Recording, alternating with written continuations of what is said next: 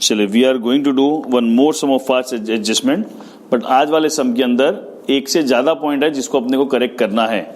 और past adjustment का मेरे दिमाग में एक ही फंडा है, पार्टनर के लिए जो इनकम, फर्म के लिए एक्सपेंस, पार्टनर के लिए एक्सपेंस, फर्म के लिए इनकम, इवेंचुअली जो भी फर्म को प्रॉफिट लॉस होगा वो बेयर किसको करना है? पार्टनर को।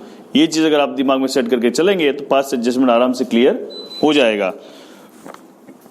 तो क्वेश्चन नंबर 4 कर रहा हूं, जिसके अंदर अगेन मेरा फॉर्मेट है particulars and this is U, Meeta, M, Usha and firm.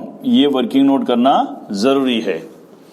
सो मैंने क्वेश्चन पढ़ना शुरू किया तो capital on 1 April 2015 showed a balance of 1,40,000, 1,20,000. Drawings of Meeta and Usha is 32 and 84. Both the amounts are withdrawn on 1st January. Date दी हुई है, dates is important. It was subsequently found that following items has been omitted while preparing. So following items are omitted. सबसे पहले they had omitted interest on capital. So interest on capital. Partner के लिए income है, expense, income. तो partner के लिए income है तो क्या करूंगा? क्रेडिट।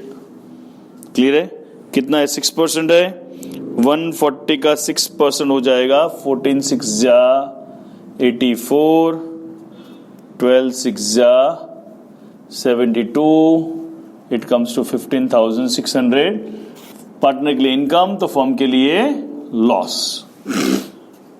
ये कॉन्सेप्ट चलेगा। फिर वो लोग भूल गए हैं interest on drawings. Same concept, partner के लिए जो है उसको उल्टा क्या होगा? फर्म के लिए last final balance will distribute. तो सेकंड आएगा interest on drawings, IOD। Partner के लिए क्या होगा? एक्सपेंस, इसलिए डेबिट। अब यहां पे खास ध्यान देने वाली बात यह है, इन्होंने ड्रॉइंग्स दी हुई है क्वेश्चन में 32,000, 24,000 and it is withdrawn on 1st जनवरी। और मेरा ईयर एंड होता है मार्च में, तो जनवरी, फरवरी, मार्च, सिर्फ 3 महीने का इंटरेस्ट आएगा।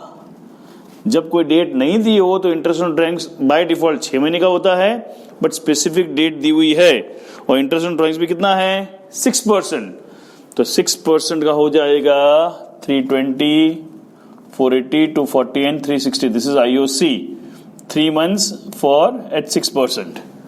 तो IOD मैंने ढूंढ लिया, तो IOD हो जाएगा 480, 360, 6 4 3 7, 840। क्या करूंगा? पार्टनर के लिए, सॉरी फर्म के लिए इनकम, पार्टनर के लिए एक्सपेंस, फर्म के लिए इनकम। डन है। Next comes up is Meeta was entitled to a commission of 8,000 for whole year. Meeta को कमीशन देना है, सो कमीशन। पार्टनर के लिए इनकम है, एक्सपेंस, इनकम। क्या करूंगा? क्रेडिट। कितना है? 8,000। तो मीता के केस में आएगा 8,000, यहां पे डैश, तो फर्म के लिए क्या हो जाएगा? लॉस। ठीक है। जो जो गलतियां की थी वो सारी गलतियां हमने रेक्टिफाई कर दी। अब एंड करने से पहले हमेशा ध्यान रखना है, जो भी फर्म के पास प्रॉफिट लॉस होगा, इसलिए फर्म का लास्ट में आंसर क्या आना चाहिए? 0। फर्म के पास ना प्रॉफिट बचना चाहिए ना लॉस। जो भी प्रॉफिट लॉस होगा इवेंचुअली डिस्ट्रीब्यूट किसको करना है? पार्टनर को।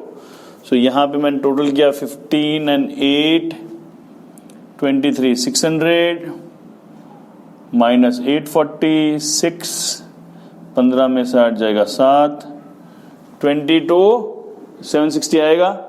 सो 22 760 क्या होगा? Answer as greater. ये दोनों डेबिट है तो क्रेडिट करूंगा तो आंसर 0 आएगा। डेबिट ज्यादा है, क्रेडिट कम है, तो मुझे अगर 0 चाहिए तो यहाँ क्रेडिट करने से आएगा। So my balance figure is 22,760। मैंने क्या कर दिया? क्रेडिट। फर्म के लिए इनकम तो पार्टनर के लिए लॉस। ये हमेशा लास्ट वाला पार्ट उल्टा आता है, यहां से यहां आया। बाकी सब में हम इस वे में जा रहे हैं। क्लियर है?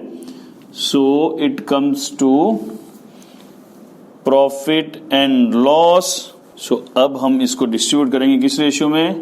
क्वेश्चन में रेशियो दिया है 2:3, तो 2:3 में इसको डिवाइड करूंगा तो आएगा 9104, दूसरे का आएगा 136 5 6 आ गया। एंड देन फाइनली मुझे आंसर निकालना है, तो एक तरीका होता है पहले डेबिट का टोटल करो और क्रेडिट का टोटल करो। मैं ये सब नहीं करके डायरेक्ट आंसर निकालने मानता हूँ, डेबिट माइनस क्रेडिट को मुझे टोटल करना है। सो ये मैं पार्ट एक स्टेप बचा के सीधा मैं आंसर निकाल रहा हूँ। डेबिट का टोटल किया माइनस क्रेडिट का टोटल किया तो मेरा आंसर आया 6816। और इसमें टोटल ज्यादा किसका है, डेबिट का या क्रेडिट का? क्रेडिट ज्यादा लग रहा है 16,000। सो जो बड़ा है उसका साइन आ जाएगा answer as a greater term sign. ठीक है, फिर इसका बैलेंस निकाला तो इसका बैलेंस भी आ रहा है 6816। बट इस केस में देखो तो बड़ा कौन है, डेबिट, तो इसकी साइन क्या हो जाएगी, डेबिट। सो ये पूरा वर्किंग नोट है, इवेंचुअली हमको एंट्री करनी है। सो एंट्री में करूंगा, नाम है Usha capital account debit to Meeta capital account. कितना आएगा, 6816 6816। क्लियर है?